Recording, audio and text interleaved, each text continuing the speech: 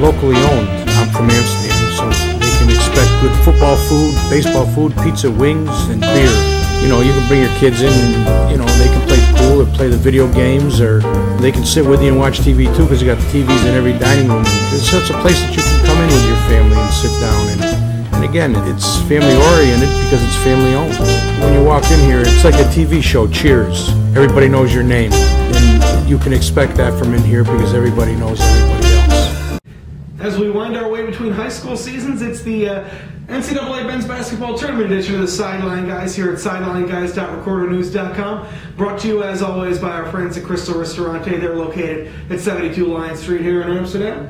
Michael Keller alongside me. I'm Adam Schindler. It's day after selection Sunday. The 68 teams, which I will never get used to saying that.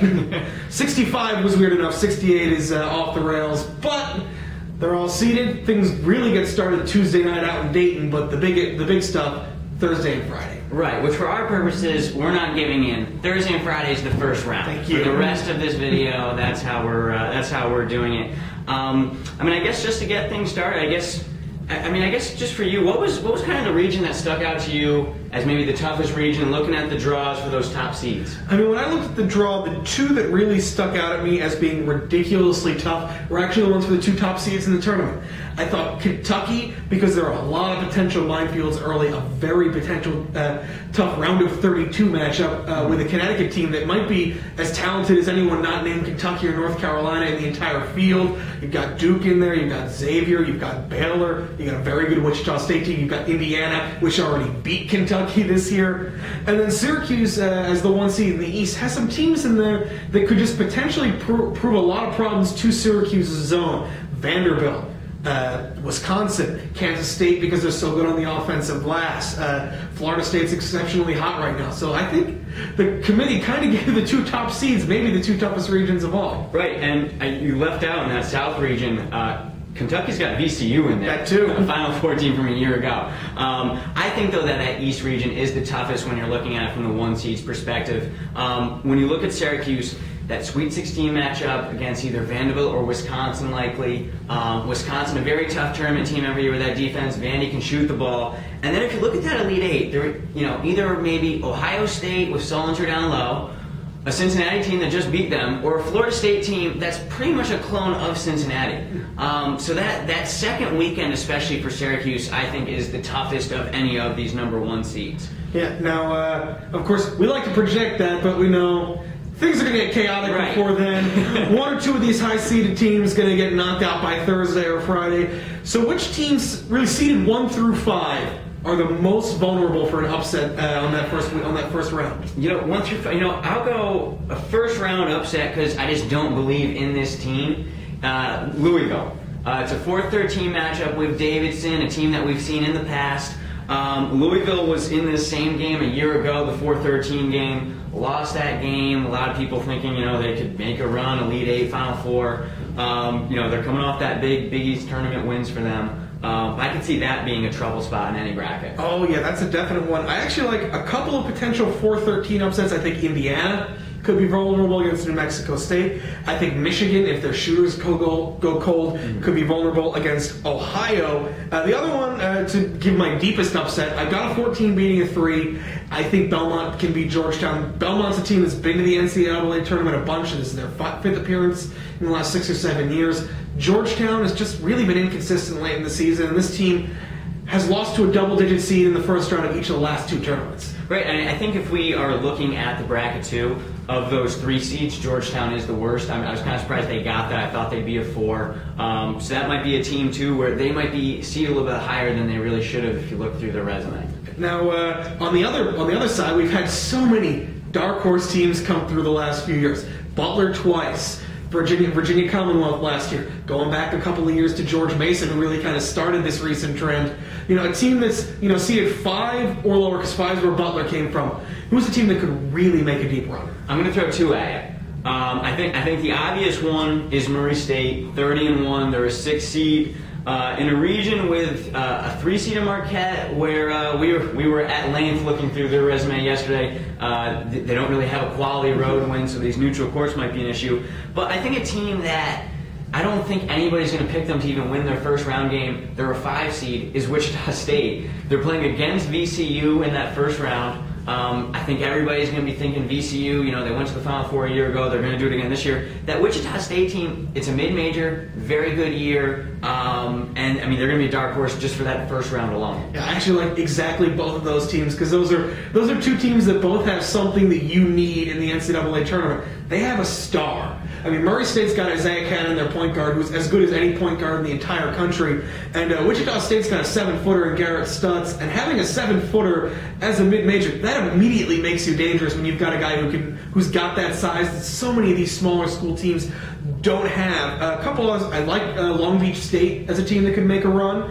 I actually think that if you want to look at a big major that's seated a little higher, UNLV is a very dangerous team. And just because they've got maybe the best pure scorer in the tournament, they've got a ridiculously tough road to get to it. But Doug McDermott and Creighton are a very good team, but they've potentially got to face North Carolina in the second round. Right. I want to add, too, on Murray State, because they started the year with that undefeated stretch, they've played with a lot of pressure all year. I mean, they got ranked very early. There was a lot of pressure about whether or not they could run the table. They didn't, and then there was still pressure for the rest of the year about, whether or not can they win the conference tournament and definitely get a high seed in this tournament. So they've been dealing with pressure all year. All right, now we'll go to the very top guys. Top 8 seeds. The 1 seeds are Kentucky, Syracuse, Michigan State, and North Carolina. The 2 seeds, Duke, Ohio State, Missouri, Kansas. I mean, history says at least one of these teams is not making it to next week. Who is it? Oh man, we've talked about this at length. I'm still not sure. I will go with Kansas.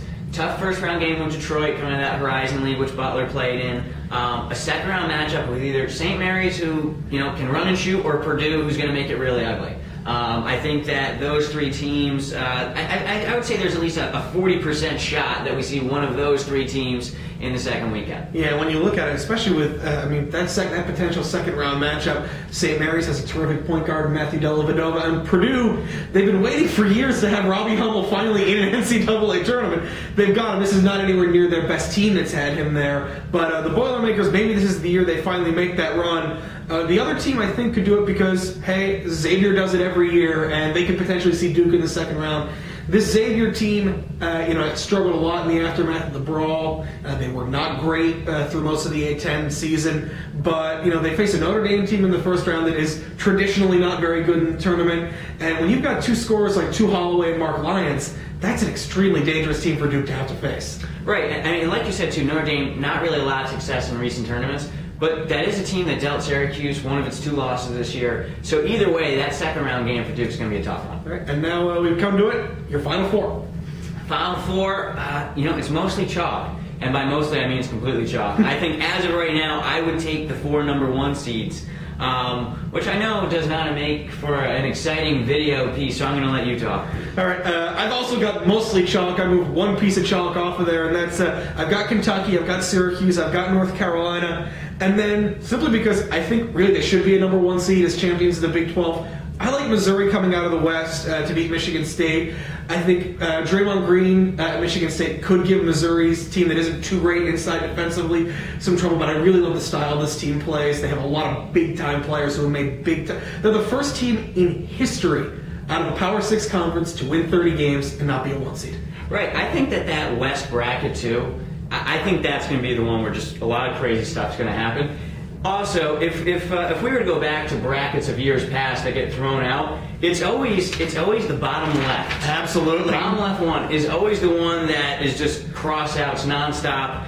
There's something about being in the bottom left portion of the sheet that leads to crazy things. I remember a few years ago, my top left portion was perfect through the first 2 rounds. I had 1 team left in that bottom left. Right, bracket. the bottom left one is always the one where after the first weekend you're like, well, I hope this 1 team wins because that's all I care about. All right, we're running out of time, but very quickly, your national final and your national champion. National final, Carolina, Kentucky. We get the rematch from earlier in the year. Carolina wins the rematch. All right, and I'm going to go with my heart instead of my head. I think Missouri is actually the team that's kind of perfectly built to perhaps knock off Kentucky. So I got Missouri in the national championship game against Syracuse, and hey, it's back to the site of their one national championship back in the Superdome. So I'll say Jim Boeheim finally gets his second national championship trophy. Syracuse gets it. Right, we're not homers. We just both pick the schools that we like. We're just, it's impartial journalism. Careful analysis came up to this, ladies and gentlemen, but all careful analysis will soon be out the window. 67 games to crown a national championship. They start tomorrow night in Dayton. We'll talk about that, and we'll get back to high school sports as the weather has started to get nicer. We got baseball, softball, track, and we'll talk about all of that coming up this spring on the Sideline Guys. Until then, we'll see you next time here at SidelineGuys.recordernews.com.